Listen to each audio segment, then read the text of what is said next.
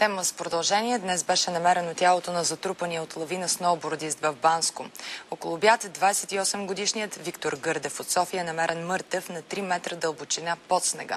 Спасителната операция по издирването на мъжа започна още вчера. Колегата ни Антон Хикимян, който следи случая от самото начало, е непряката ни връзка. Добър вечер, Тони. Разкажи ни какво се случи днес. Добър вечер, Вики. За съжаление, новините от Банско не са добри, въпреки усилията на десетки спасители тук. Операцията по спасяването на Виктор продължи повече от 20 часа, или близо 20 часа, още от вчера, когато беше подаден сигнала. Според спасителите обаче, независимо от това дали той е можел да бъде открит по-рано или през деня, или още вчера, той нямало да бъде жив, тъй като лавината е причинила смъртта му, може би внезапно. Как протече днешния ден, вижте от репортажа ни с оператора Кристиян Иванов. Последното волно спускане на Виктор завършва под лавината на този планински улей. Дължината на свляклата се снежна маса е повече от километър, дълбочината до 9 метра. Надеждите за това дали Виктор е оцелял бяха живи повече от 24 часа. Почти толкова продължи и спасителната операция. Развръзката дойде около 12:30 днес. Това е тонове снег върху него.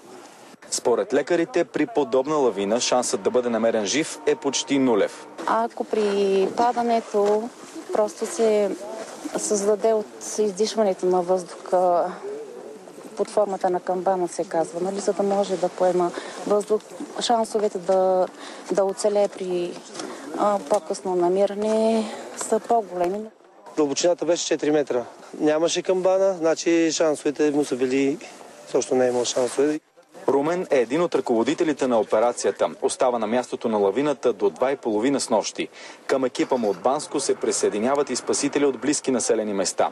Ключова роля изиграва и специалното устройство, използвано за първи път, което е локализирало по мобилния телефон тялото на Виктор. Аз, ако бях вместо него, след толкова много часове по-добре да не ме вадят.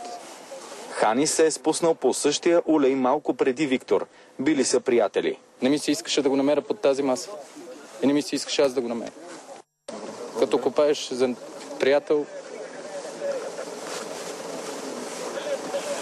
Много пъти го казвам това примера с руската рулетка, там имаш много по-голям шанс. Тук празна дупка няма в тия условия, които беха вчера. Това е риск. Затова и докато можеш се пусне. Не само аз, и приятелката на Виктор. Съм сигурен. Позицията на момчето, което чухте в репортажа, последният, който се изказат за това, че ще продължава да се спускат, споделят и другите приятели на Виктор, споделят и всички почитатели на фри райда, както се казва, свободното спускане. То, разбира се, е доста рисковано и трябва да се случва с специални предпазни средства. Един от основните проблеми е бил, че Виктор е нямал специалното устройство PIPS, което, ако бъде затрупан, излъчва сигнали и така по-лесно би могъл да бъде открит.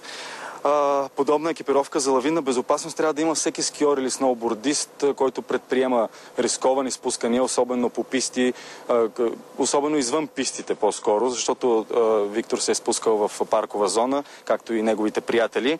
Повече по темата от Станислава Младенова и оператора Евгений Генов. Ако все пак сте решили да се спуснете по забранен или обозначен като опасен планински участък, важно е да знаете, че съществуват уреди, които могат да се окажат животоспасяващи в ситуация на лавина. Те се наричат лавинен предавател или ПИПС. Показват посоката и метрите до затрупания от свлечен сняг човек. Средната цена зависи все пак от устройството и модела. Средна цена 300-400 лева, което на практика се равнява на една средна цена на нормален GSM. Лавинните лопата и сонда са другите две задължителни приспособления, с които трябва да разполагаме. Те са малки и спокойно се побират в раница. И двата уреда струват между 100 и 150 лева. Така цената за пълна и сигурна лавинна екипировка е около 800 лева. Първата помощ идва от приятелите, с които караш, т.е. хората, които са около теб. Това означава, че те съответно трябва да разполагат с тази екипировка и трябва да са добре обучени да могат да използват правилно. Експертите са категорични, че курсът по лавинна безопасност и ориентиране в планината е задължителен. Екипировката е много важна, но за нейното ползване е нужен опит. Затова любителите на адреналина трябва да са изключително внимателни от началото до края на всяко спускане. За BTV новините, Станислава Младенова. Сега мой събеседник е Петър Чолев, един от основните организатори на спасителната акция. Добър вечер, господин Чолев. Надценили ли са се Виктор и приятелката му, както и другите, които са се спускали преди тях? Особено във вчерашния ден. Значи, това е безспорно. Фактите говорят, че са надценили собствените възможности и са подценили планината. Това е един фактор, който никога винаги трябва да бъде балансиран, защото крайният резултат го виждаме. А той все пак е благополучен, защото де-факто имаме една жертва. Можеше да имаме и повече жертви. Нашето желание е поне да се слушат понякога в нашите съвети, които много често ги даваме и по мас-медиите ги пускаме. Съвети или санкции, защото знаем, че това е било забранена зона, така или иначе за каране? Значи ние сме такава организация, която нямаме контролни функции. Ние сме само планинска спасителна служба. Контролни функции има парк Пирин и той си... Него зависи. Да, той си на неговата територия се кара, има разпоредби да не се кара извън пистите и трасетата. Един от приятелите на Виктор каза, че ще продължават да карат, независимо от случилото се. Подобни неща са се случвали и преди, никой не спира да кара. За съжаление няма да е само един от приятелите, а ще бъдат много от приятелите. И кое се наблюдава така неприятното в последните години, като имаме и травматизъм при фрирайдерите, забелязваме, че не винаги са в трезво състояние. Ние получихме информация, че, разбира се, много хора може би ще не се обидят, не всички са такива, разбира се, но че има хора, които се спускат по тези улеи, употребили или алкохол, или наркотици, трева. Така ли е? За съжаление, вече това не са такива единични случаи. Все по-често става. По-често карат в такова състояние. Какво да ги посъветваме, ако се слушат все пак съвети?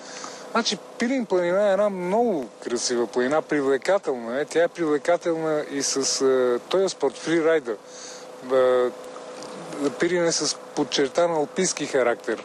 Ски зоната е прекрасна, но и много опасна.